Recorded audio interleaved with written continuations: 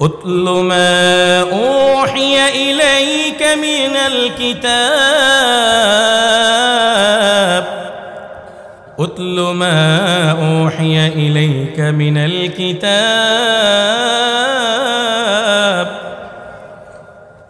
ও আমার হাবিব, আপনি আপনার উম্মতকে কিতাব থেকে তিলাওয়াত করে আলোচনা করে শোনায়া দেন। কি শোনাতে বলেছেন? আল্লাহ বলেন ওয়া আকিমিস সালাহ, সালাত কায়েম করো, নামাজ কায়েম করো, নামাজ কায়েম করো।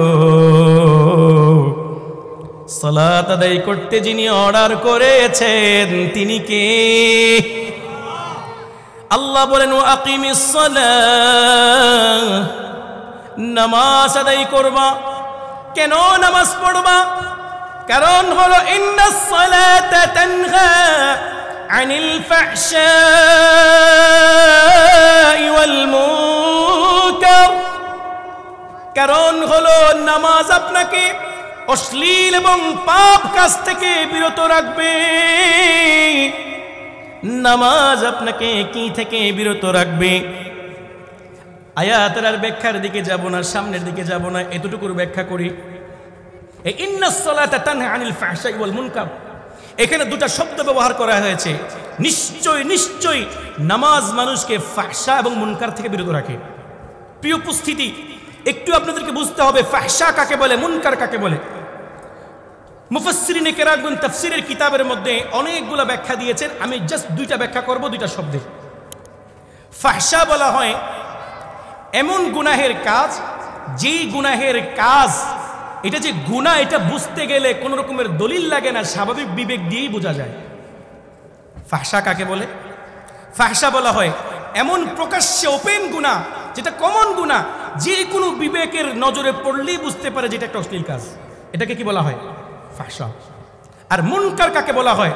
মুনকার বলা হয় এমন অশ্লীল এবং গুনার কাজকে, যেই গুনার কাজটা এটা যে গুনাহ এটা বুঝতে গেলে দলিলের প্রয়োজন হয়, স্বাভাবিক জ্ঞানে বোঝা যায় এটা। প্রিয় উপস্থিতি, প্লিজ আপনাদের ধ্যান আছে তো? আমি এগুলা মোতালা করে আপনাদেরকে বলছি, উড়নচণ্ডী কথা নয়, ভালো করে বুঝবেন। তাইলে ফাহশা কাকে বলে? ফাহশা বলা হয়, ফুহুশ কাকে বলে? এমন প্রকাশ্য গুনাহকে ফাহশা বলা হয় যেই গুনাহ এটা যে গুনাহ বুঝার জন্য কোনো রকমের দলিল লাগে না, স্বাভাবিক যে কোনো মানুষের বিবেক বলে এটা গুনার কাজ। এটাকে কি বলে? ফাহশা। আর মুনকার বলা হয় ওই গুনাহকে যেই গুনাহটা বুঝার জন্য দলিল লাগে যে এটা গুনাহ বোঝা যাচ্ছে না। কথা বুঝতেছেন? তাইলে এতটুকু কথা যদি বুঝে থাকেন তাইলে আমার সামনের কথাটা বুঝতে সহজ হবে।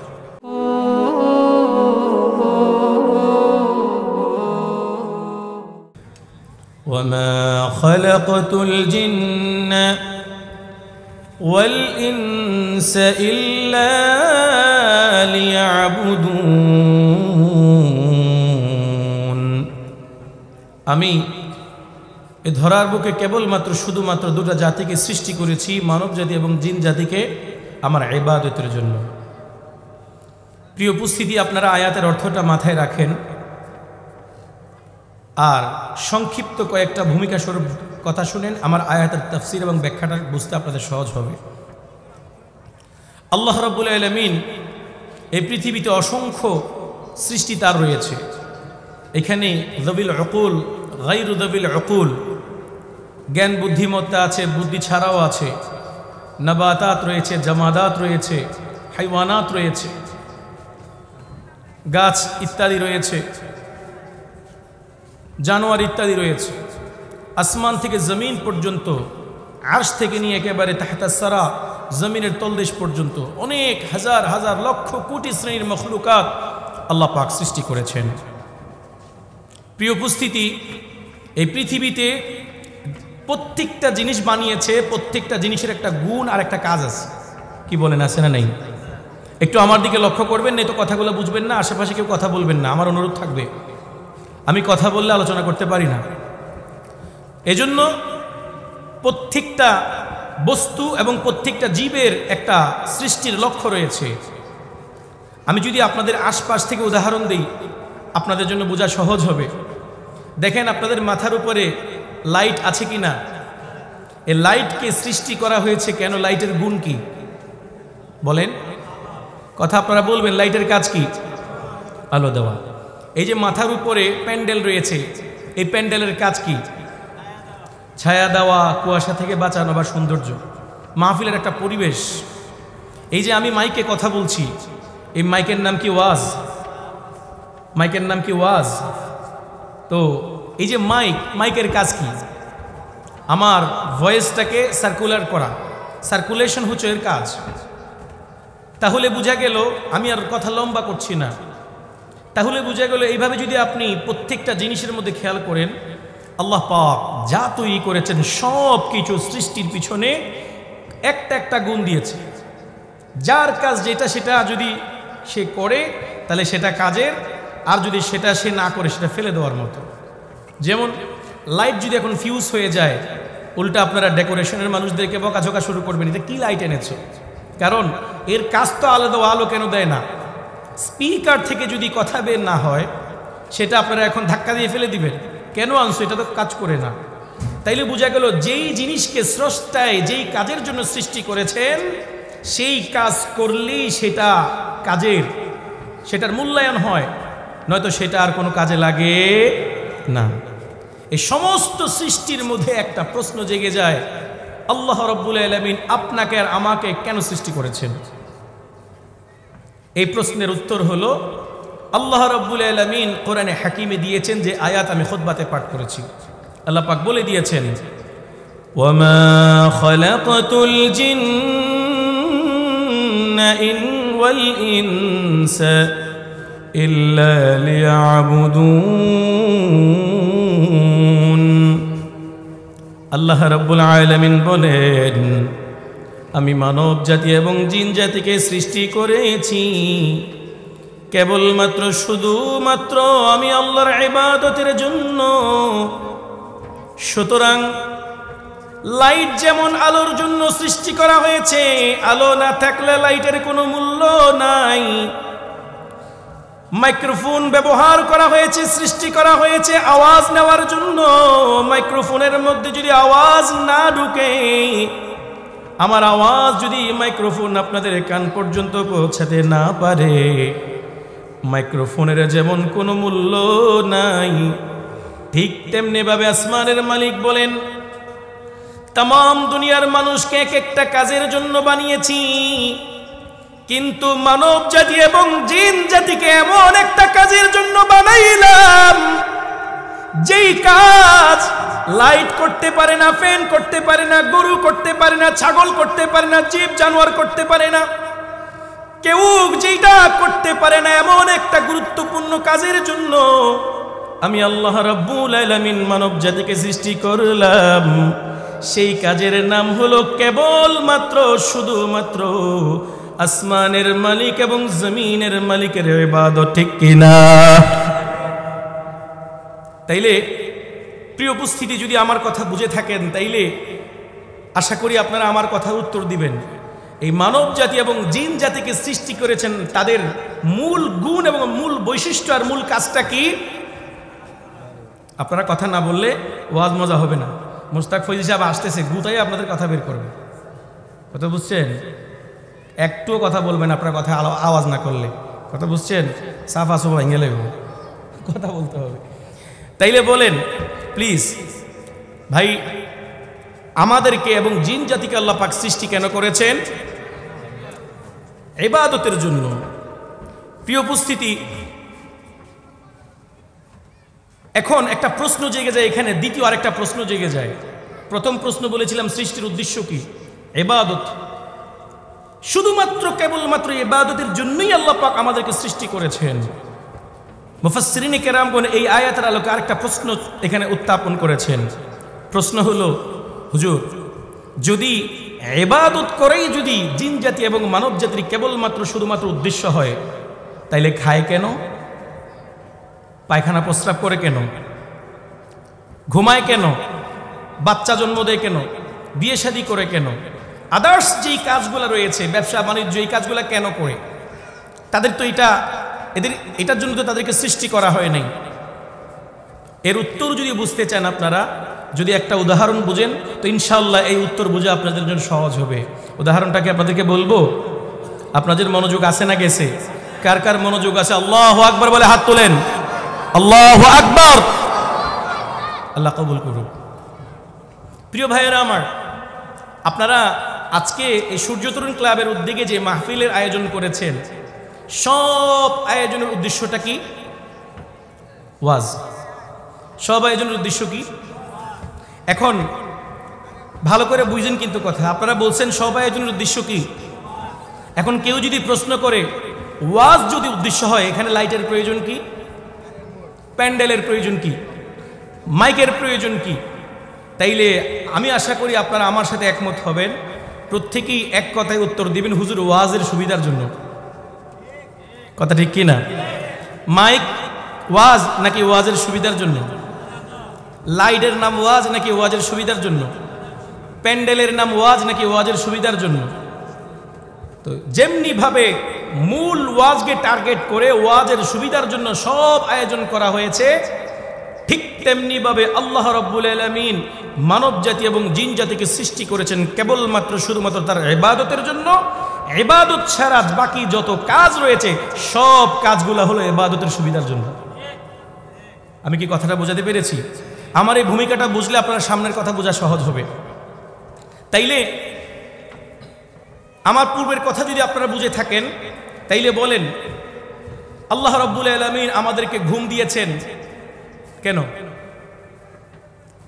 ইবাদতের। নাইলে একটা কাজ করে দেখেন, আপনি 5 দিন না ঘুমায় দেখেন, 5 দিন তো দূরের কথা, 3 দিন না ঘুমিয়ে দেখেন, আর 24 ঘন্টা প্রস্রাব পায়খানা বন্ধ রেখে দেখেন, আর 3 দিন না খেয়ে দেখেন তো আপনি কি পরিমাণে ইবাদত করতে পারেন? ইবাদত করতে পারবেন নাকি কাত হয়ে যাবেন? কাত হয়ে যাবেন। তাইলে বোঝা গেল, যদিও বা উদ্দেশ্য আর মূল টার্গেট হলো ইবাদত, আর বাকি অন্য যেই কাজগুলো রয়েছে সব কাজগুলো হলো ইবাদতের সহযোগিতার জন্য, সুবিধার জন্য। এখানে বড় একটা আফসোসের ব্যাপার কি জানেন?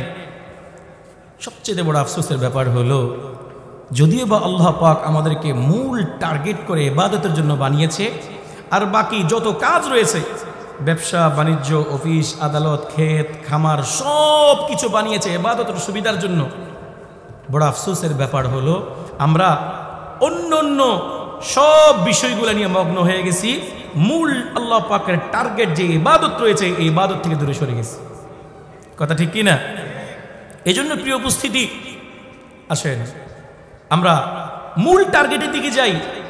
আজকের ওয়াজ মাহফিলে যদি বক্তারা বয়ান না করে, ওয়াজই যদি না হয়, তাইলে আপনারা প্রশ্ন করবেন এত আয়োজন হলো কেন? বৃথা। কেন প্যান্ডেল, কেন স্পিকার, কেন মাইক, কেন জনসমাগম, সব বৃথা। কেন? ওয়াজ হয় নাই। ঠিক তেমনি ভাবে ওয়াজ ছাড়া যেমন পুরা আয়োজনটা বৃথা, ঠিক তেমনি ভাবে ইবাদত ছাড়া একজন মানুষের জন্মটাই বৃথা। কারণ মানুষ হওয়ার জন্য মৌলিক যে গুণটা লাগে সেই গুণের নাম হলো ইবাদত, আল্লাহর হুকুম পালন করা। বলেন, মানুষ হতে গেলে মৌলিক যে গুণটা লাগে সেই গুণের নাম কি? ইবাদত, আল্লাহ পাকের ইবাদত করা। আপনি সব করলেন, আল্লাহর ইবাদত করলেন না। আপনি ঘুমাইতে পারেন, তো ঘুমানোর নাম কি মানুষ? আপনার চাইতে তো বেশি গাধা ঘুমাইতে পারে। আপনি খেতে পারলেন, খাওয়ার নাম মানুষ নয়।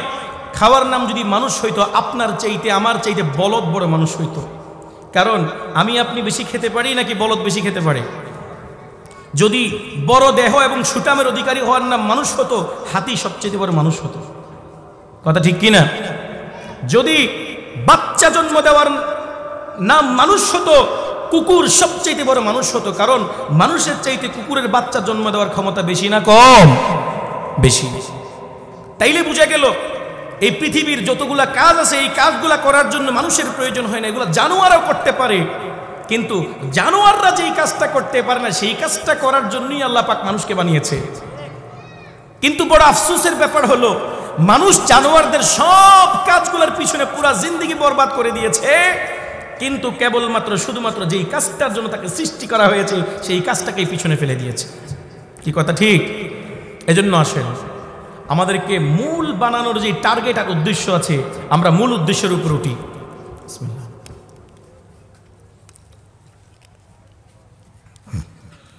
প্রিয় ভাইয়েরা আমার, এবার আসেন, কোন ব্যক্তি যদি মূল ফাউন্ডেশন আর উদ্দেশ্য ঠিক রাখে, অর্থাৎ আল্লাহ পাকের ইবাদত ঠিক রাখে, এই ইবাদতকে ঠিক রেখে যত কাজ করবে সব কাজ আল্লাহ পাক ইবাদত হিসেবে গণ্য করবে। আর মূল আল্লাহ পাকের ইবাদত ঠিক না রেখে আপনি যত কাজ করেন না কেন সব জানোয়ারের মতো গণ্য হবে। দুটা আয়াত আমি আপনাদেরকে, একটা হাদিস একটা আয়াত দিয়ে দলিল দিয়ে আপনাদেরকে বোঝাচ্ছি। আল্লাহ রাব্বুল আলামিন কোরআনে কারীমে বলেন, উলাইকা কাল আনআম বাল হুম আযাল। আল্লাহ রাব্বুল আলামিন মানব জাতিকে বানিয়েছেন তার ইবাদতের জন্য। যারা ইবাদত না করে দুনিয়ার সব কাজ করে, যত কাজ করুক না কেন, যত বড় বুদ্ধিজীবী আর প্রগতিশীল হোক না কেন, আল্লাহর ভাষায় হলো কাল আনআম, তারা হলো চতুষ্পদ জন্তুর মতো। বরং তাই নয়, আল্লাহ পাক বলেন বালহুম আযাল, চতুষ্পদ জন্তুর চাইতে বেশি নিকৃষ্ট। তারা কি? তাইলে মূল যেই কাজের জন্য সৃষ্টি করা হয়েছে সেই সৃষ্টির প্রতি যদি আপনারা খেয়াল রাখতে না পারেন, আমাদের অবস্থা হবে কুকুর, জানোয়ার, শিয়াল, বিড়ালের চাইতে আরো নিকৃষ্ট, ঠিক কিনা?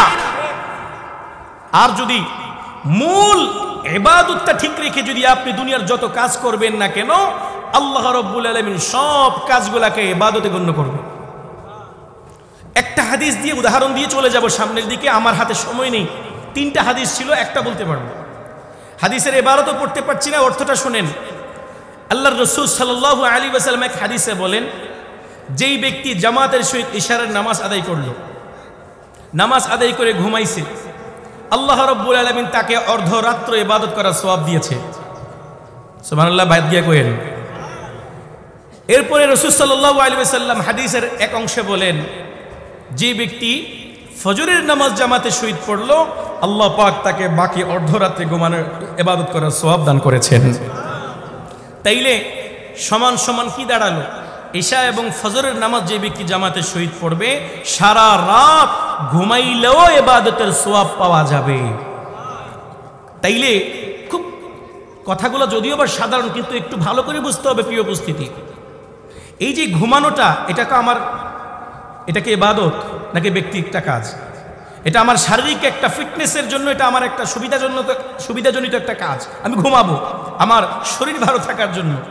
কিন্তু এই ঘুমটা যখন আল্লাহ পাকের দুই ইবাদতের মধ্যখানে পড়ে যাবে, মৌলিক যে টার্গেটের জন্য আল্লাহ পাক আপনাকে সৃষ্টি করেছেন ইবাদত, এই ইবাদতটাকে ঠিক রেখে যখন আপনি মাঝখানে ঘুমাইছেন ঈশা এবং ফজরের মধ্যখানে, আল্লাহ বলে দুই দিকে দুইটা হুকুম পালন করার কারণে মাঝখানে তোমার সুবিধার ঘুমটাকেও আমি ইবাদত বানাই দিলাম। এইভাবে ইবাদতকে ঠিক রেখে আপনি যত কাজ করবেন সব কাজকে যিনি ইবাদত হিসাবে গণ্য করবেন তিনি কে? আর যদি মূল ইবাদতটাকে ঠিক না রেখে সব কাজ করেন, সব কাজ আপনার জন্য জাহান্নামের যাওয়ার কারণ যিনি বানিয়ে দিবেন তিনি কে? এজন্য আমার এই ভূমিকাটা মাথায় থাকবে তো ইনশাআল্লাহ। আল্লাহ বোঝার তৌফিক দান করুক। প্রিয় উপস্থিতি, এখানে তো অধিকাংশ আমার আপনজন। আমার কথাগুলো হয়তো আপনারা দিল দিয়ে বোঝার চেষ্টা করবেন, কারণ আমি আপনাদের আপন, এখানে বড় হয়েছি। এজন্য আমার কথাগুলো আপনাদের নিতে বড় সুবিধা হবে। আর আমিও বলার সময় খুব একটা দরদ দিয়ে বলবো ইনশাআল্লাহ, কারণ কোরআনে আছে না, কু আনফুসাকুম ওয়া আহলিকুম নারা, নিজে বাঁচো, নিজের আপনদেরকে বাঁচাও, আপনারা আমার আপন। এজন্য কথাগুলো দরদ দিয়ে বলছি। প্রিয় ভাইয়েরা আমার, এতক্ষণ ওর ভূমিকা বুঝে থাকলে তাইলে বুঝতে পেরেছেন। আমি একটা প্রশ্ন করবো, এক কথায় জবাব দিবেন, এরপর সামনের দিকে চলে যাব। বলেন তো, আল্লাহ পাক মানব জাতি এবং জিন জাতিকে সৃষ্টি করেছেন উদ্দেশ্যটা কি? ঘুম, খানা, বেশি বাচ্চা জন্ম দেওয়া, ঝগড়া করা, নেতার পিছনে দৌড়ানো, হারাম খাওয়া। উদ্দেশ্য কি? ইবাদতের জন্য। আর এই ইবাদতের মধ্যে সবচেয়ে গুরুত্বপূর্ণ ইবাদত, সবচেয়ে বড় ইবাদতের নাম হলো নামাজ। শ্রেষ্ঠ ইবাদতের নাম কি? নামাজ। এই নামাজের ব্যাপারে রাসূল সাল্লাল্লাহু আলাইহি ওয়াসাল্লামের অসংখ্য হাদিস রয়েছে। কোরআনের আয়াত রয়েছে। প্রিয় উপস্থিতি, এই নামাজের ব্যাপারে দুই শ্রেণীর মানুষ পাওয়া যায় পৃথিবীতে মুসলমানদের মধ্যে। অমুসলিমদের কথা বাদে দিলাম, মুসলমানদের মধ্যে দুই প্রকারের মানুষ পাওয়া যায়। প্রথম প্রকার যারা নামাজ পড়েই না, দ্বিতীয় প্রকার যারা নামাজ পড়ে। তো যারা নামাজ পড়ে না তাদের ব্যাপারে কথা একটু পরে বলবো, এখন শুধু একটা হাদিস বলবো। আর যারা নামাজ পড়ে তাদের ব্যাপারে 5 প্রকারের কথা বলে আজকের আলোচনা ইনশাআল্লাহ শেষ করার চেষ্টা করব। প্রিয় ভাইয়েরা আমার, 1 নম্বর কথা, যারা এখনো পর্যন্ত 5 ওয়াক্ত নামাজ পড়েন না, আপনাদের জন্য আমি সিম্পল একটা হাদিস দিই। আমি প্রথমেই বলেছি, অল্প কথা যার হেদায়েত হবে তার জন্য যথেষ্ট। বহুল পঠিত, বহুল আলোচিত একটা হাদিস আপনারা জানেন। রাসূল আরবি সাল্লাল্লাহু আলাইহি ওয়াসাল্লাম বলেন, মিফতাহুল জান্নাতিস সালাহ। আল্লাহর নবী বলেন, জান্নাতের চাবি হলো আসসালাহ, জান্নাতের চাবি হলো নামাজ। সুতরাং যে ব্যক্তি নামাজ পড়লো সেই ব্যক্তি জান্নাতের চাবি পেয়েছে। যে ব্যক্তি নামাজ পড়লো না সেই ব্যক্তি আল্লাহর রাসূলকে ডাক দিয়ে যেন বলল, ইয়া রাসূলুল্লাহ, জান্নাতে যাওয়ার জন্য আপনি আমাকে চাবি দিতে চান, আমি আপনার চাবি নিতে রাজি নই। চাবি লাগবে না আমার। কি কথা ঠিক? যে ব্যক্তি নামাজ পড়ে না সে মুখে যদিও বা না বলে, কিন্তু তার বডি ল্যাঙ্গুয়েজ আর তার আচরণের ভাষা বলতেছে তার রাসূলের দেওয়া চাবি লাগবে না। জবাব তো 2 প্রকারের আছে, একটা মৌখিক জবাব, একটা বডি ল্যাঙ্গুয়েজের মাধ্যমে জবাব দেওয়া। আচরণে বোঝা যায় যে ব্যক্তি নামাজ পড়ে না, সেই জন্য রাসূলকে বৃদ্ধাঙ্গুল দেখিয়ে বলল, নবীজি আপনি আমাকে জান্নাতে যাওয়ার জন্য চাবি দিবেন, আপনার চাবি আপনি রাখেন, আমার লাগবে না। যদি কেউ নামাজ না পড়েন তাইলে আপনি রাসূলকে এই জবাব দিয়েছেন। একটা হাদিস বেনামাজির জন্য যথেষ্ট। আপনি নামাজের চাবি হাতে পাবেন না। এরপরে প্রিয় উপস্থিতি, রাসূল সাল্লাল্লাহু আলাইহি ওয়াসাল্লাম নামাজীদের ব্যাপারে অনেকগুলো হাদিস বলেছেন। যেহেতু আমার হাতে সময় কম, আমি আমার আলোচনার মূল শেষের দিকে চলে যাচ্ছি। যারা নামাজ পড়ে, এই নামাজ যারা পড়ে তারা আবার 5 প্রকার। কয় প্রকার? নামাজ যারা পড়ে তারা কয় প্রকার? 5 প্রকার। প্রিয় উপস্থিতি, এই 5 প্রকারের নামাজি হলো তারা যারা নামাজ আদায় করে। যারা কি আদায় করে? নামাজ আদায় করে। এদের ব্যাপারে 1 নাম্বার হলো সালাতুল মুআদ্দাবিন। নাম্বার 1 হলো ওই সমস্ত নামাজি যারা ঈদ জুমার নামাজটা হয়তো পড়ে আর 5 ওয়াক্ত নামাজ পড়ে না। এই 5 প্রকারের নামাজির 5 ধরনের ফলাফল রয়েছে। এই 5 প্রকারের নামাজির 5 ধরনের ফলাফল বলে ইনশাআল্লাহ আমি আলোচনা শেষ করব। প্রথম প্রকার হলো সালাতুল মুআদ্দাবিন। এদেরকে আরেক ভাষায় মুআকাব বলা হয়, অর্থাৎ যারা নামাজ পড়ে বছরে একবার, সপ্তাহে একবার, জুমাটা পড়ে, কিন্তু 5 ওয়াক্ত নামাজের মধ্যে কখনো 1 ওয়াক্ত পড়ে, কখনো 10 ওয়াক্ত পড়ে না। এমন লোক আমাদের সমাজে নাই। আপনাদের এই হাফিজিয়া রোডে নাই? আছে। এটা হলো প্রথম প্রকার। এদেরকে বলা হয় সালাতুল মুআদ্দাবিন। এদের ফলাফল হলো আল্লাহ রাব্বুল আলামিন কিয়ামতের মাঠে যেই নামাজটা এরা আদায় করেছে ওই নামাজের কারণে তাদেরকে কিছুটা সওয়াব দিলেও যেই নামাজগুলো আদায় করে নাই সেই নামাজগুলোর কারণে তাদেরকে জাহান্নামে যেতে হবে। এটা হলো নাম্বার 1। নামাজীদের মধ্যে যারা নামাজ পড়ে তাদের মধ্যে 2 নম্বর নামাজি হলো সালাতুল মুআকাবিন। মুআকাবিনদের নামাজ, তাদেরকে আরেক ভাষায় বলা হয় মুহাসাব। যারা 5 ওয়াক্ত নামাজ পড়ে কিন্তু তাদের নামাজের মধ্যে মনোযোগ নাই এবং মনোযোগ ধ্যান দেওয়ার জন্য তাদের চেষ্টাও নেই। 2 নম্বর নামাজি কি বলেছি? যারা 5 ওয়াক্ত নামাজ পড়ে, এগুলো কিন্তু সবগুলো নামাজ পড়নেওয়ালা।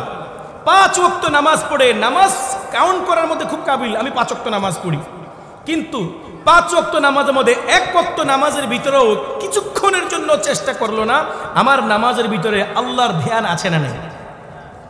নাই। এটা হলো 2 নম্বর। এই সালাত, এদেরকে বলা হয় সালাতুল মুআকিবিন। এই 2 নম্বর নামাজিরা জাহান্নামে যাবে কিনা সেটা পরে আসছে, কিন্তু কিয়ামতের মাঠে আল্লাহ পাকের দরবারে তাদেরকে কিছুটা হেজিটেশনের বুক করতে হবে, কিছুটা কিয়ামতের মাঠে শাস্তি এবং হিসাবের কিছু প্রকার তাদের জন্য রয়েছে। এটা হলো তাদের ফলাফল। 2 নম্বর হলো সালাতুল মুআকিবিন, যারা নামাজ পড়ে কিন্তু নামাজের মধ্যে কোনো ধ্যান নাই। 3 নম্বর নামাজি হলো সালাতুল মাগফুরিন। সালাতুল মাগফুরিন তাদেরকে আরেক ভাষায় বলা হয় মুকাফফার আনহু। এই সালাতুল মাগফুরিন কারা?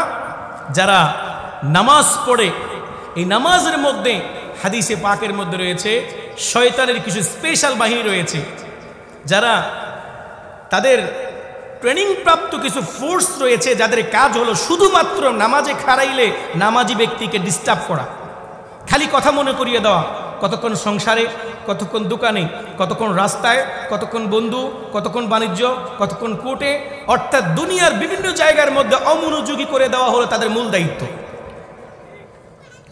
এই 3 নম্বর নামাজি হলো তারা যারা নামাজের ভিতরে কখনো যদি অমনোযোগী হয়ে যায়, আবার তারা চেষ্টা করে যে আমাকে হয়তো আল্লাহ দেখছে। আমাকে কে দেখছে? আল্লাহ দেখছে। এই নামাজের মধ্যে শয়তানের ধোঁকা থেকে বেঁচে মনোযোগটাকে টেনে আনা। প্রিয় উপস্থিতি, এই 3 নম্বর 3য় প্রকারের নামাজিকে বলা হয় সালাতুল মাগফুরিন, যারা কখনো কখনো নামাজ থেকে ধ্যান চলে যায়, আবার ধ্যানকে টেনে নিয়ে আসে। এদের ব্যাপারে হাদিসে পাকের মধ্যে রয়েছে তারা যে নামাজের মধ্যে যে টানাটানি করছে, চেষ্টা করছে, এই চেষ্টার কারণে আল্লাহ রাব্বুল আলামিন তাদেরকে ক্ষমা করে দিবেন। এখন আসেন 3 নম্বর পদ্ধতিটা একটু ব্যাখ্যা সাপেক্ষ। সালাতুল মাগফুরিনের মধ্যে আমরা যে নামাজের মধ্যে যে মনোযোগ দিব, আমার মসজিদে অসংখ্য মুসল্লিদের এই প্রশ্ন ছিল, হয়তো আপনাদের অনেকের মনে এই প্রশ্নটা আছে, হুজুর নামাজের মধ্যে মনোযোগটা দেয় কেমনে? এটা দেওয়ার পদ্ধতিটা কি? এটা জানার দরকার আছে আপনাদের। আজকে শিখাবো ইনশাআল্লাহ। আজকের পর থেকে আমল করবেন তো ইনশাআল্লাহ। মনে রাখবেন, নামাজের ভিতরে মনোযোগী হওয়ার পদ্ধতি 2 শ্রেণীর মানুষের 2 রকমের। কয় শ্রেণীর মানুষ?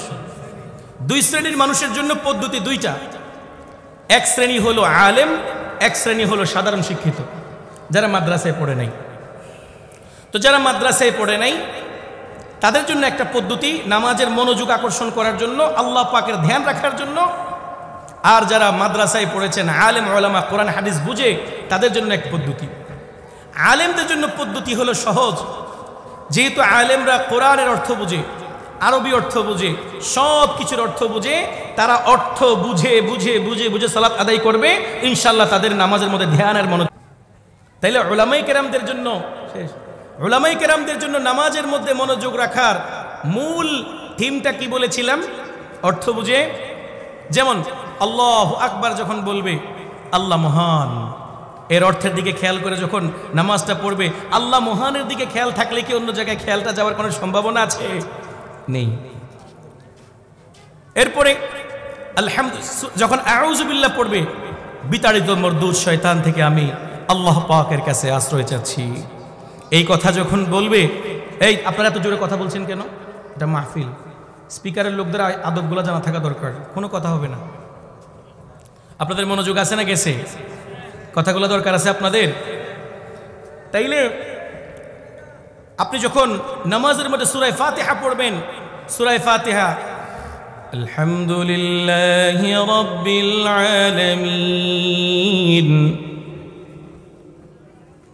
নামাজের মধ্যে উলামায়ে কেরামরা যখন দাঁড়াবে, তারা সূরা ফাতিহা যখন তেলাওয়াত করবে, আলহামদুলিল্লাহি রাব্বিল আলামিন পড়বে, সাথে সাথে চিন্তা করবে আমি আল্লাহ রাব্বুল আলামিনের প্রশংসা করেছি, আর রহমানির রহিম,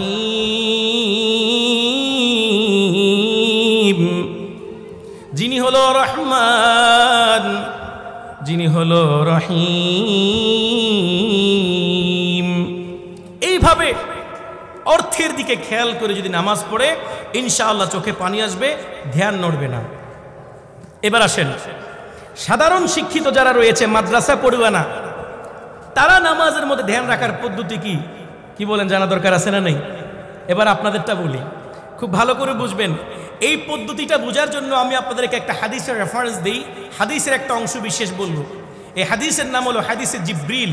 হাদিসের নাম কি? এটা খুব উলামায়ে কেরামরা হয়তো বুঝে গেছেন, মোস্ট ইম্পর্টেন্ট এবং খুব ভারী একটা হাদিস। এই হাদিসটা রসুল শুধু মুখে বলে নাই, এই হাদিসটা দুইজন অলৌকিক ব্যক্তিত্বের যৌথ প্রযোজনায় হাদিসটা প্রকাশ পেয়েছে। একজন আসমান থেকে এসেছে জিব্রাইল, আর একজন ধরার বুকে বসে আছেন রসুল। রসুল আর জিব্রাইল একজন আরেকজনের সাথে হাঁটুর সাথে লেগে বসছে, গেড়ে বসেছে সামনাসামনি। তিনটা প্রশ্ন করেছেন। তিনটা প্রশ্নের মধ্যে একটা প্রশ্ন হচ্ছে মাল ইহসান।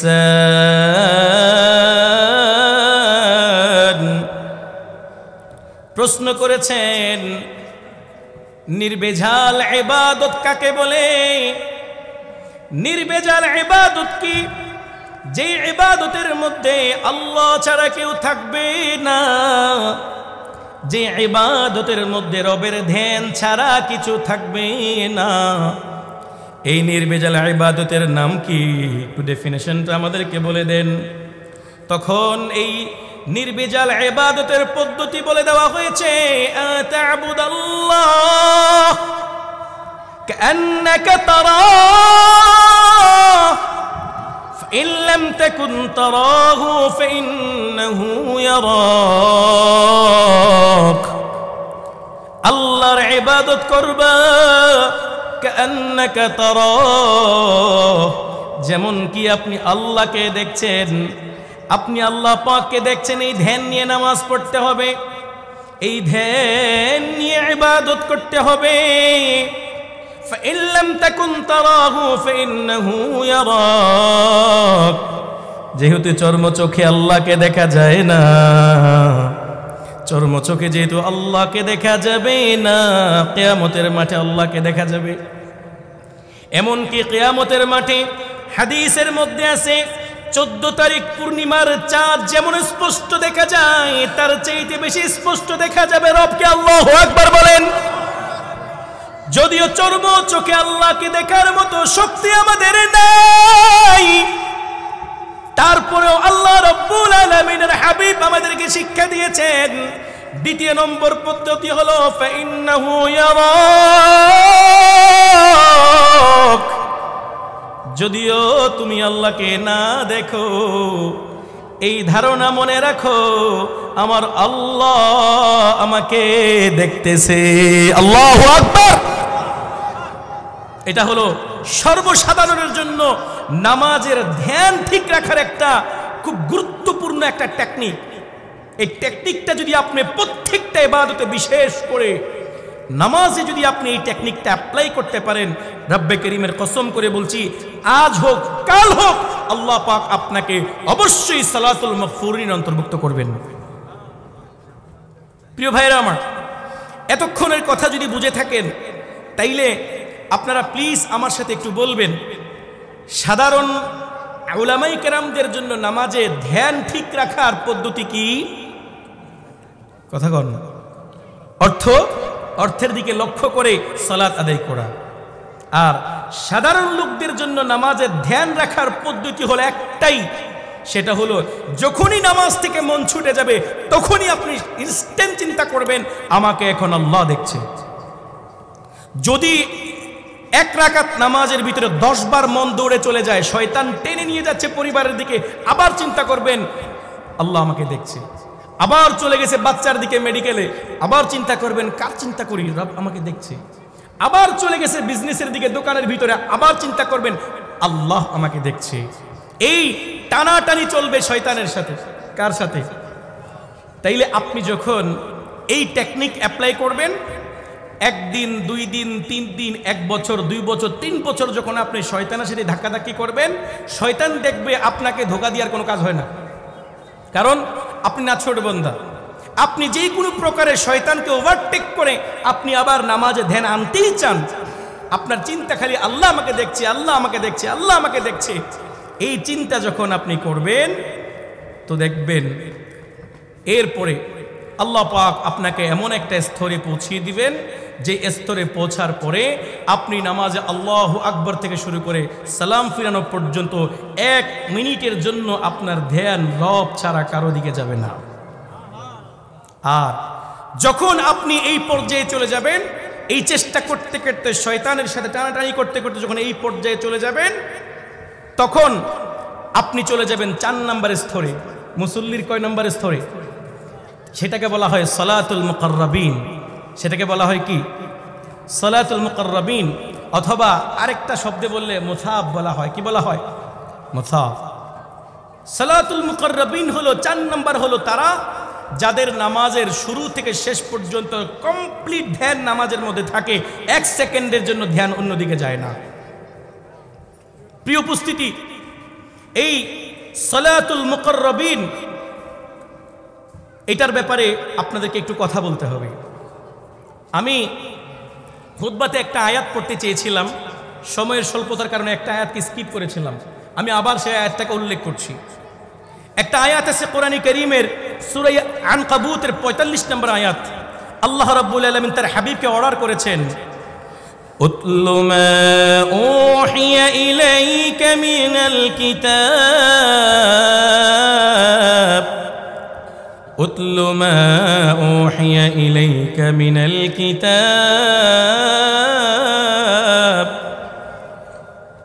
ওয়া মারহাবি। আপনি আপনার উম্মতকে কিতাব থেকে তিলাওয়াত করে আলোচনা করে শোনায়া দেন। কি শোনাতে বলেছেন? আল্লাহ বলেন, ওয়া আকিমিস সালাত,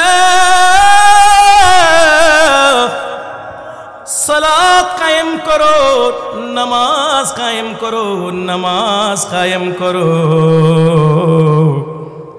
সালাত আদায় করতে যিনি অর্ডার করেছেন তিনি কে? আল্লাহ বলেন, ওয়া আকিমিস সালাত, নামাজ আদায় করবা। কেন নামাজ পড়বা? কারণ হলো ইন্নাস সালাতা তানহা আনিল ফাহশাই ওয়াল মুনকার। কারণ হলো নামাজ আপনাকে অশ্লীল এবং পাপ কাজ থেকে বিরত রাখবে। নামাজ আপনাকে কি থেকে বিরত রাখবে? আয়াতের আর ব্যাখ্যার দিকে যাব না, সামনের দিকে যাব না, এতটুকুর ব্যাখ্যা করি। এই ইন্নাস সালাতা তানহা আনিল ফাহশাই ওয়াল মুনকার, এখানে দুটো শব্দ ব্যবহার করা হয়েছে। নিশ্চয় নিশ্চয় নামাজ মানুষকে ফাহশা এবং মুনকার থেকে বিরত রাখে। প্রিয় উপস্থিতি, একটু আপনাদেরকে বুঝতে হবে ফাহশা কাকে বলে, মুনকার কাকে বলে। মুফাসসিরিনে কেরামগণ তাফসীরের কিতাবের মধ্যে অনেকগুলো ব্যাখ্যা দিয়েছেন। আমি জাস্ট 2টা ব্যাখ্যা করব 2টা শব্দে। ফাহশা বলা হয় এমন গুনাহের কাজ, যেই গুনাহের কাজ, এটা যে গুনাহ এটা বুঝতে গেলে কোনো রকমের দলিল লাগে না, স্বাভাবিক বিবেক দিয়েই বোঝা যায়। ফাহশা কাকে বলে? ফাহশা বলা হয় এমন প্রকাশ্যে ওপেন গুনাহ, যেটা কমন গুনাহ, যে কোনো বিবেকের নজরে পড়লেই বুঝতে পারে যেটা একটা অশ্লীল কাজ। এটাকে কি বলা হয়? ফাহশা। আর মুনকার কাকে বলা হয়? মুনকার বলা হয় এমন অশ্লীল এবং গুনার কাজকে, যেই গুনার কাজটা এটা যে গুনাহ এটা বুঝতে গেলে দলিলের প্রয়োজন হয়, স্বাভাবিক জ্ঞানে বোঝা যায় এটা। প্রিয় উপস্থিতি, প্লিজ আপনাদের ধ্যান আছে তো? আমি এগুলা মোতালা করে আপনাদেরকে বলছি, উড়নচণ্ডী কথা নয়, ভালো করে বুঝবেন। তাইলে ফাহশা কাকে বলে? ফাহশা বলা হয়, ফুহুশ কাকে বলে? এমন প্রকাশ্য গুনাহকে ফাহশা বলা হয় যেই গুনাহ এটা যে গুনাহ বুঝার জন্য কোনো রকমের দলিল লাগে না, স্বাভাবিক যে কোনো মানুষের বিবেক বলে এটা গুনার কাজ, এটাকে কি বলে? ফাহশা। আর মুনকার বলা হয় ওই গুনাহকে যেই গুনাহটা বুঝার জন্য দলিল লাগে যে এটা গুনাহ বোঝা যাচ্ছে না। কথা বুঝতেছেন? তাইলে এতটুকু কথা যদি বুঝে থাকেন তাইলে আমার সামনের কথাটা বুঝতে সহজ হবে। তাইলে এই আয়াতে আল্লাহ পাক মেসেজ দিয়েছে, নিশ্চয়ই নামাজ মানুষকে প্রকাশ্য গুনাহ অপ্রকাশ্য গুনাহ সব কিছু থেকে হেফাজত করে। মুফাসসিরিনে কেরামগণ এই আয়াতের একটা প্রশ্ন করেছেন। এই যে আল্লাহ পাক যে কোরআন কারীমের সূরা আনকাবুতের ৪৫ নম্বর আয়াতে মেসেজ দিয়েছেন, নামাজ মানুষকে ফাহশা এবং মুনকার প্রকাশ্য গুনাহ থেকে মানুষকে বাঁচায়। কই এখনকার নামাজের দিকে তাকাইলে তো বোঝা যায় তারা নামাজও পড়ে জুয়াও খেলে, ঠিক কি না? নামাজও পড়ে মদও খায়, নামাজও পড়ে ঘুষও খায়, নামাজও পড়ে মিথ্যাও বলে, নামাজও পড়ে অবৈধ সম্পর্কের সাথে লিপ্ত, নামাজও পড়ে মিথ্যার সাথে জড়িত, নামাজ পড়ে যে কোনো গুনাহ, এমন কোনো গুনাহ নাই যেই গুনার সাথে মুসলমানরা জড়িত নাই। তাইলে আয়াতের উপরে প্রশ্ন জেগে যায় কিনা? এখন আসেন, এই প্রশ্নের উত্তর যদি আপনাদেরকে বুঝতে হয়, তাইলে আমি যে নামাজের যে শ্রেণীবিন্যাস দিয়েছি, নামাজের যে স্তর ভাগ করেছি, এই স্তরগুলো আপনাদেরকে বুঝতে হবে। আমি এতক্ষণ পর্যন্ত কয় প্রকারের নামাজের কথা বলেছি? 4 প্রকার। এই 4 প্রকার নামাজের মধ্যে পঞ্চম প্রকারটাও বলে দিই। পঞ্চম প্রকার হলো নবীদের নামাজ, সালাতুন নবিয়্যিন, অর্থাৎ যারা নামাজের মাধ্যমে রবের সাথে কথা বলে বলে মজা নেয়, সেটা হলো পঞ্চম প্রকারের নামাজ। এই 5 প্রকারের নামাজই আপনারা পাইছেন। এখন আসেন, রব যে বলেছেন নামাজ মানুষকে অশ্লীলতা এবং পাপাচার থেকে বিরত রাখে, কোন নামাজ আর কোন নামাজিকে বিরত রাখে, এই কথাটা বুঝতে হলে আপনারা আমার 5 প্রকারের নামাজের কথা মাথায় রাখতে হবে। আমি 1 মিনিটের ভিতরে 5 প্রকারের নামাজের কথা আবার আপনাদেরকে বলছি। নামাজি কয় প্রকার? 5 প্রকার। 1 নাম্বার হলো ওই নামাজে যেই নামাজি বছরে 2-1 বার নামাজ পড়ে, সপ্তাহে শুক্রবার নামাজ পড়ে, বাকি নামাজ পড়ে না। 2 নম্বর নামাজের কথা বলেছিলাম, ওই নামাজে যেই নামাজি 5 ওয়াক্ত নামাজ পড়ে, কিন্তু তার 5 ওয়াক্ত নামাজের ভিতরে মনোযোগ ধ্যান তো থাকেই না, ধ্যান রাখার জন্য তার কোনো চেষ্টাও নেই। 2 নম্বর। 3 নম্বর বলেছিলাম, ওই নামাজি যেই নামাজি 5 ওয়াক্ত নামাজ পড়ে, শয়তান তাকে ওয়াসওয়াসা দিয়ে যখন পরিবারের দিকে ধ্যান নিয়ে যায়, আবার শয়তানের সাথে ফাইট করে নামাজের ভিতরে এই চিন্তা করে আমাকে আল্লাহ দেখছে, অর্থাৎ নামাজের মধ্যে খালি আপ ডাউন করছে, কতক্ষণ ধ্যান যায়, কতক্ষণ টাইনা আনে। এটা হলো 3য় প্রকারের নামাজি। 4র্থ প্রকারের নামাজি বলেছিলাম, যাদের নামাজের আল্লাহু আকবর থেকে শুরু করে সালাম ফিরানো পর্যন্ত রবের ধ্যান ছাড়া পৃথিবীর কোনো ধ্যান থাকে না। মনে থাকবে তো? এখন বুঝেন, আল্লাহ পাক যে কোরআনে কারীমে সূরা আনকাবুতের ৪৫ নম্বর আয়াতে বলেছেন, নিশ্চয়ই নামাজ মানুষকে পাপাচার থেকে বিরত রাখে। এটা হলো 4র্থ প্রকারের 3য় প্রকারের নামাজি। কোন প্রকার? 3য় প্রকারের নামাজিকে আল্লাহ রাব্বুল আলামিন 3য় প্রকারের 4র্থ প্রকারের নামাজিকে আল্লাহ পাক 4র্থ প্রকারের নামাজের ব্যাপারে বলছেন যে নিশ্চয়ই নামাজ মানুষকে পাপাচার থেকে বিরত রাখবে।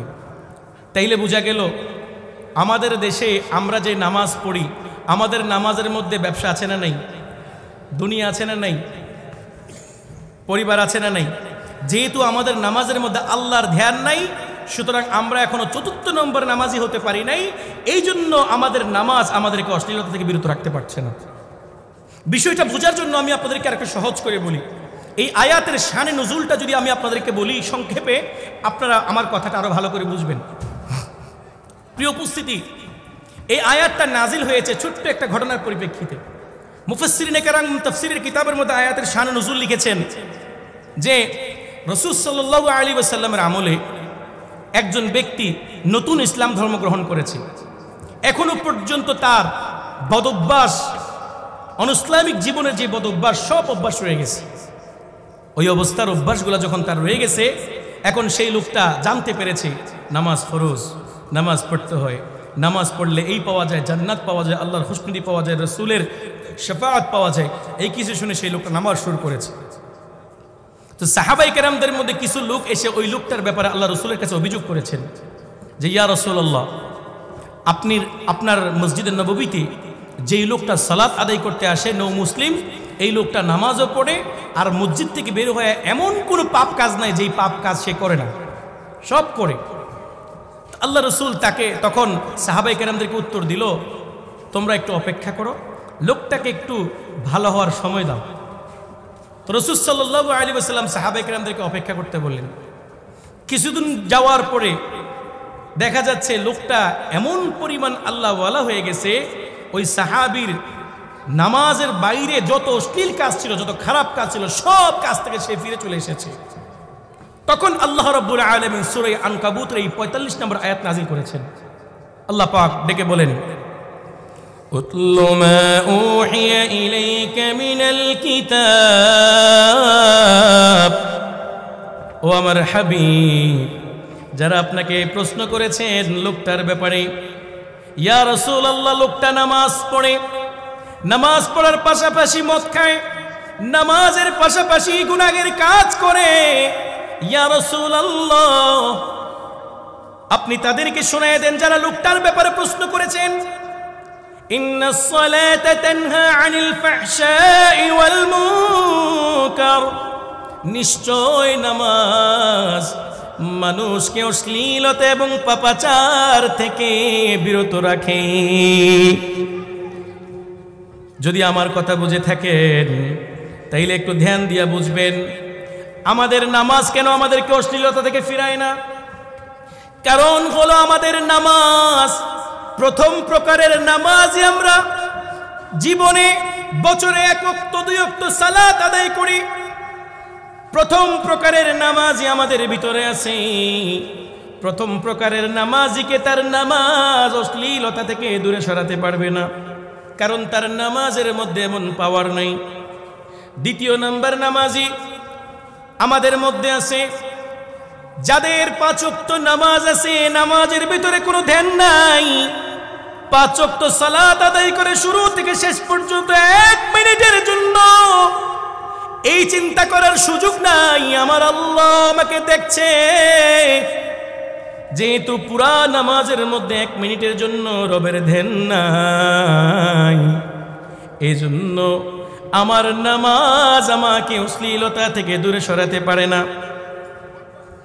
প্রিয় উপস্থিতি, যদি আপনারা এই নামাজীদের শ্রেণী বিন্যাসগুলা বুঝে থাকেন তাইলে প্লিজ আপনাদেরকে একটা অনুরোধ করব, আপনারা কমপক্ষে কোন প্রকারের নামাজি হওয়ার চেষ্টা করবেন না। ৪ নম্বরটা কঠিন, ৩ নম্বর, ৪ নম্বরটা অনেক দূরে। তাইলে উপস্থিতি আমার কলেজের টুকরা মুসলমান ভাইয়েরা, যদি আমার কথা বুঝে থাকেন আমরা কমপক্ষে কয় নম্বর নামাজি হওয়ার চেষ্টা করব? ৩ নম্বর নামাজি হওয়ার চেষ্টা করব। ৩ নম্বর নামাজি কারা? যারা নামাজের ভিতরে শয়তানের সাথে মোকাবেলা করে, এখন ধ্যান চলে গেছে, আবার চিন্তা করছে আমার আল্লাহ আমাকে দেখছে, আমি রবের সামনে দাঁড়িয়ে আছি। আবার ধ্যান চলে গেছে, আবার তারা চিন্তা করে আমার আল্লাহ আমাকে দেখছে। কমপক্ষে কত নম্বরের নামাজি আমাদেরকে হতে হবে? ৩ নম্বর। এই ৩ নম্বর নামাজি যখন আমি হতে পারবো, ধ্যান যাবে টেনে আনবো, ধ্যান যাবে টেনে আনবো, ধ্যান যাবে টেনে আনবো, এরকম করতে করতে যখন ৪র্থ নম্বরে যাব, আল্লাহর কসম করে বলি ৪র্থ স্টেপে যখন উঠতে পারবো, ওঠার পরেই দেখবেন আল্লাহ রাব্বুল আলামিন আমার ভিতরে এমন একটা পাওয়ার দিবে, এই পাওয়ারের মাধ্যমে এখন আমি জুয়া চাইলেও খেলতে পারবো না, চাইলেও আমি IPL খেলতে পারবো না, চাইলেও আমি মদ খাইতে পারবো না, চাইলেও আমি নারীদের সাথে অবৈধ সম্পর্ক রাখতে পারবো না। কেন জানেন? চিকন একটা কথা আপনাদেরকে বলে দিই। কারণ হচ্ছে নামাজ হচ্ছে তৃতীয় এবং ৪র্থ প্রকারের নামাজিদের জন্য এখানে একটা প্র্যাকটিস করানো হচ্ছে। কিসের প্র্যাকটিস জানেন? মুফাসসিরিনে কেরামগণ তাফসীরের কিতাবে লিখছে, কেন ৩য় প্রকার এবং ৪র্থ প্রকার নামাজিরা ফাহশা এবং মুনকার থেকে দূরে থাকতে সক্ষম? এর কারণ হলো তাদের নামাজের ভিতরে তাদেরকে প্র্যাকটিসিং মুসলমান বানানো হয়েছে। কিসের প্র্যাকটিস? তাদের ভিতরে একটা ধ্যানের প্র্যাকটিস আছে, আমার আল্লাহ আমাকে দেখছে। একজন মানুষ যদি দৈনিক ৪ রাকাত ১ ওয়াক্ত নামাজের ভিতরে যদি কমপক্ষে ৫ থেকে ১০ বার যদি চিন্তা করে আমার আল্লাহ আমাকে দেখছে, তাইলে এক নামাজের মধ্যে কয়বার? ৫ বার। ৫ ওয়াক্ত, ৫ ৫ ২৫। তো একজন মানুষ যদি দৈনিক ৫ ওয়াক্ত নামাজে ২৫ বার যদি চিন্তা করে আমার আল্লাহ আমাকে দেখছে, মুফাসসিরিনে কেরামগণ বলেন এই ২৫ বার নামাজের ভিতরে আমার আল্লাহ আমাকে দেখছে, এই চিন্তা করার কারণে আল্লাহ পাক তার চিন্তার ভিতরে এটা ফিট করে দেয়, ২৪ ঘন্টা তার ধ্যানের ভিতরে এটা ফিট করে দেয় আমার আল্লাহ আমাকে দেখছে। এখন যেই লোকটা নামাজের ভিতরে কমপক্ষে ১ ওয়াক্ত নামাজের ভিতরে ৫ বার করে চিন্তা করে যে আমার আল্লাহ আমাকে দেখছে, সেই লোকটা এখন জুয়া খেলতে গেইলা তাস মারে, আরে আমার আল্লাহ তো আমার দেখতেছে, কারণ নামাজে প্র্যাকটিস করে বেরিয়েছে। মদের গ্লাস হাতে নিয়ে চিন্তা করবে মদ কার সামনে খাবো, রব আমাকে দেখতেছে, ছেড়ে দিবে। মিথ্যা বলার সময় চিন্তা করবে মিথ্যা কিভাবে বলি, আমার আল্লাহ আমাকে দেখছে, এই চিন্তা করবে।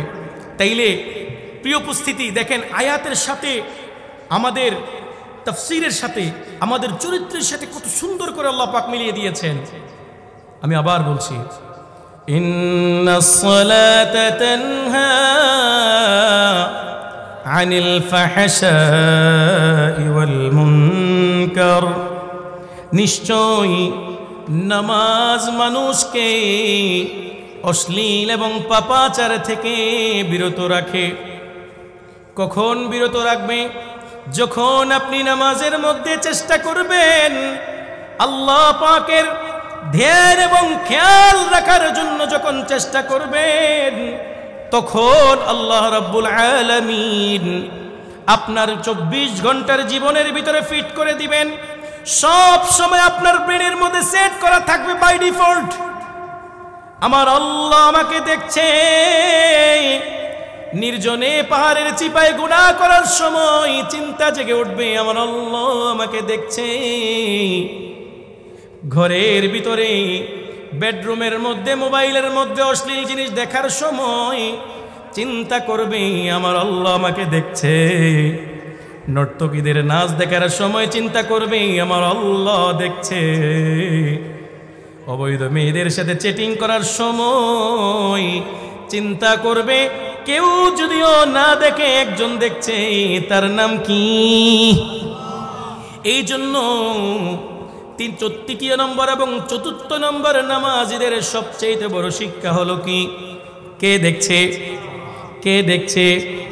আপনাদের কাছ থেকে আজকে থেকে ওয়াদা নিতে চাই, এতদিন পর্যন্ত যাদের হৃদয়ের ভিতরে প্রশ্ন ছিল, হুজুর নামাজের মধ্যে ধ্যান থাকে না, শুধু ব্যবসা বাণিজ্য দোকানপাট পরিবার সব কিছু ঘুরে, কিন্তু আল্লাহর ধ্যান নাই, আপনাদের জন্য অ্যাজথ্রোমাইসিন সবচেয়ে হাই অ্যান্টিবায়োটিক মেডিসিন আজকে দিয়ে গেলাম।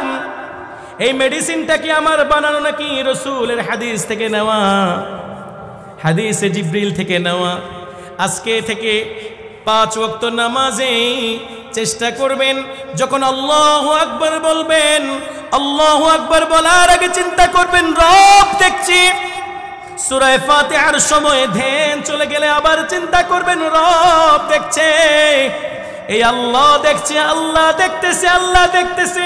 এই প্র্যাকটিস করতে করতে একদিন আপনি এমন নামাজি হবেন যেই নামাজের শুরু থেকে শেষ পর্যন্ত আল্লাহ ছাড়া কেউ নাই। প্রিয় ভাইয়েরা আমার, এ হলো 4 প্রকারের নামাজ। পঞ্চম প্রকারের নামাজই হলো সালাতুন নবী,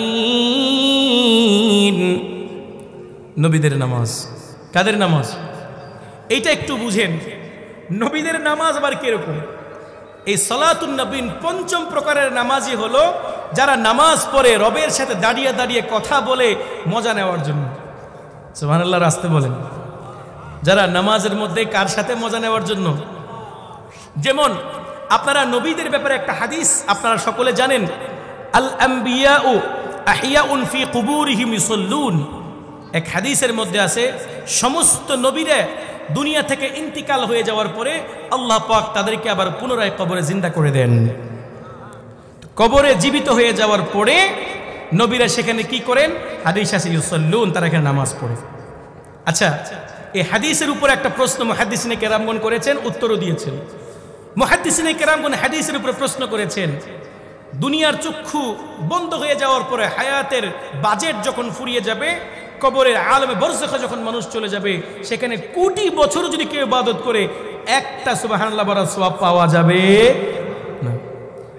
তাহলে নবীরা ইউসাল্লুন, নবীরা কেন কবরে নামাজ পড়ে? আপনারা জানেন না? আল্লাহর নবী মেরাজে যাওয়ার সময় মুসা আলাইহিস সালাতু ওয়াস সালামকে নামাজ পড়তে দেখেছে। কবরে কি পড়তেছে? কি আদায় করছে? সালাত আদায় করছে। আমাদের নবীও কবরে সালাত আদায় করছে। তো নবীরা কবরে নামাজ কেন পড়বে? সওয়াব তো নেই। এই প্রশ্নের জবাব মুফাসসিরিনে কেরামগণ দিয়েছেন, যেহেতু নবীরা 5 নম্বরের নামাজি, তারা নামাজ পড়ে কেবলমাত্র শুধুমাত্র রবের সাথে কথা বলে বলে মজা নেওয়ার জন্য, সওয়াবের জন্য না। সুবহানাল্লাহ, আস্তে করুন। তাইলে নবীরা কবরের মধ্যে নামাজ পড়ে কি সওয়াবের জন্য? কিসের জন্য? মজা নেওয়ার জন্য। এজন্য এই 5 প্রকার, আমি এখানে কথা বলে কোরআন হাদিসের দিকে চলে যাচ্ছি। 5 প্রকারের নামাজের মধ্যে আপনারা কত নাম্বারের নামাজি হওয়ার চেষ্টা করবেন আজকে থেকে? 3 নাম্বার। সবাই বলেন কয় নাম্বার? এখানে আমি ক্লাস করাইতে আসছি, ওয়াজ করতে আসি নাই। আমি ক্লাস কম করাই, ওয়াজ কম করি, ক্লাস করাই। শিখতে হবে। আজকাল তো আমাদের ওয়াজগুলা ট্রেডিশন হয়ে গেছে। আর কয় মিনিট আছে আমার হাতে সময়? হ্যাঁ চলবে? আমাকে হুজুর আসার 10 মিনিট আগে ওয়ার্নিং দিতে হবে, ঠিক আছে? ওয়ার্নিং দিতে হবে, কথা গুছাইতে হবে।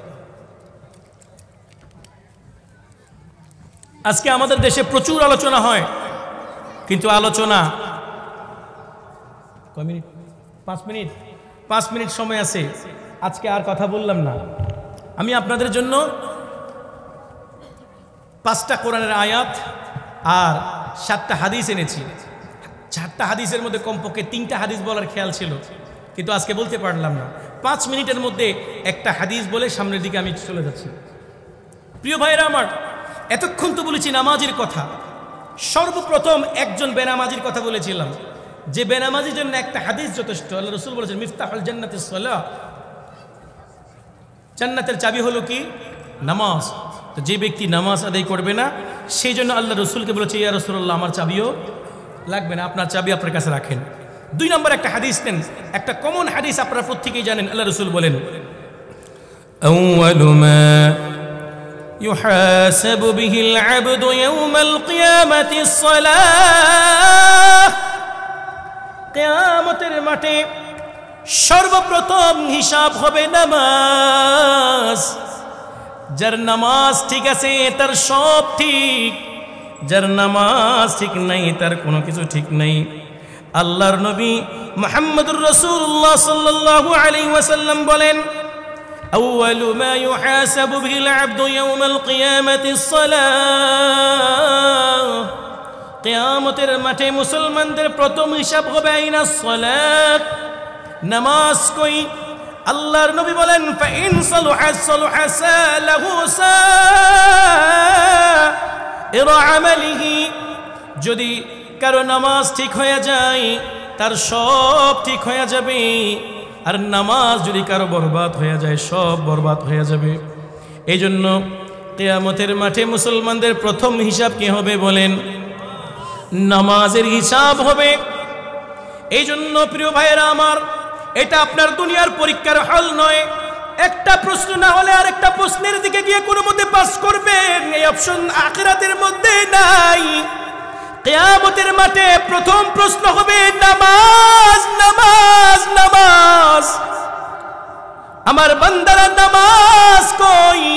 আল্লাহর কসম, প্রথম প্রশ্নের জবাব যদি আপনি বলেন রব কখনো পড়েছি কখনো পড়ি নাই, জুমার নামাজ আছে 5 ওয়াক্ত নামাজ নাই, ঈদের নামাজ আছে 5 ওয়াক্ত নামাজ নাই, রব্বে করিম বলবে খুদু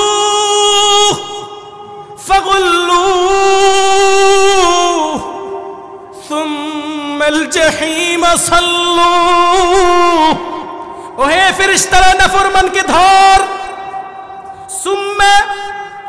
সুম্মাল জাহিম সাল্লু, ফেরেশতাদেরকে বলবে জাহান্নামের দিকে টেনে টেনে নিয়ে যা।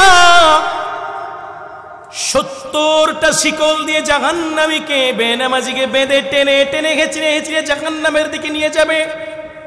যে জাহান্নামের দিকে বেনামাজিকে নিয়ে যাবে সেটা কোনো সাধারণ জাহান্নাম নয়, সেই জাহান্নামের নাম হলো সাকর। জাহান্নামটার নাম কি? সাধারণ কোনো জাহান্নাম নয়। এজন্য সাকর নামক জাহান্নামের অধিবাসীদেরকে যখন প্রশ্ন করা হবে, কোরআন বলছে লিমা সালাকাকুম ফি সাকর, কোন কোন অপরাধের কারণে তোমরা এমন জাহান্নামে এসেছো, সাকর নামক জাহান্নামের অধিবাসী হয়েছো। 3টা অপরাধের কথা স্বীকার করবে। 1 নাম্বার অপরাধ লাম নাকু মিনাল মুসাল্লিন।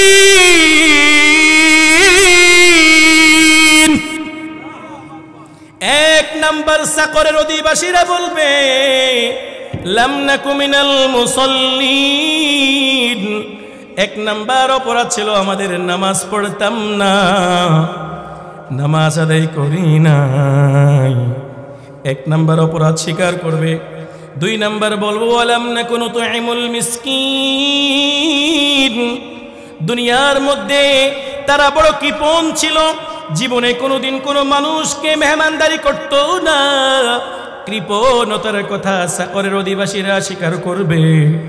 তিন নাম্বার হলো তারা বলবে ওয়া কুন্না নাখুযু মা'আল খায়িদিন।